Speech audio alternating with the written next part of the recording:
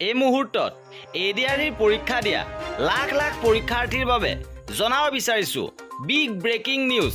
ইতিমধ্যে প্ৰশ্নকাকত সামাজিক মাধ্যমত বিয়পি পৰিছে। প্ৰশ্নকাকত ফাদিলক লৈ কেইবাটাও ডাঙৰ খবৰ আহিছে। কাৰণ তৃতীয় বৰ্গৰ লাখ লাখ পৰীক্ষাৰ্থী অৱতীৰ্ণ হৈছিল। প্ৰায় 11 লাখ পৰীক্ষাৰ্থীয়ে পৰীক্ষাত অৱতীৰ্ণ হৈছিল। আৰু প্ৰশ্নকাকত ফাদিল হোৱাক লৈ এতিয়া চিন্তিত হৈ পৰিছে ৰাজ্যৰ লাখ লাখ নিবনুৱা যুৱক যুৱতী।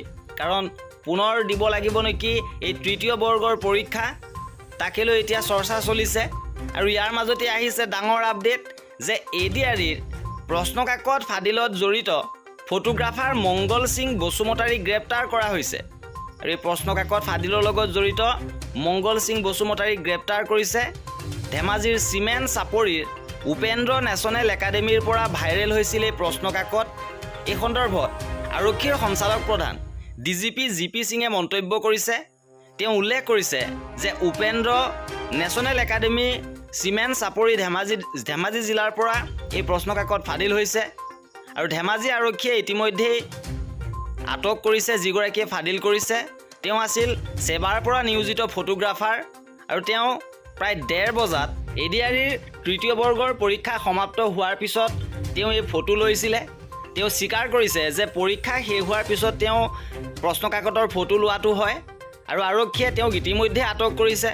আৰু পৰৱৰ্তী অনুসন্ধানৰ বাবে তেওঁৰ মোবাইলটো পৰীক্ষণ কৰি থকা হৈছে।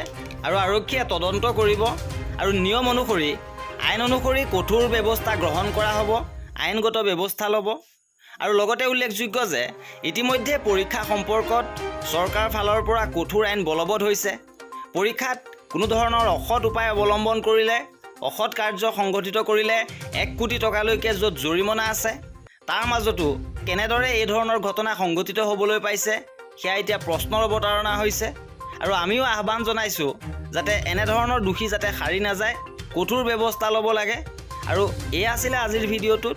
পৰৱৰ্তী আপডেটৰ বাবে আমাৰ চেনেলটো ছাবস্ক্ৰাইব কৰি ৰাখিব। ভিডিঅ'টো শেষলৈকে চোৱাৰ বাবে বহুত ধন্যবাদ।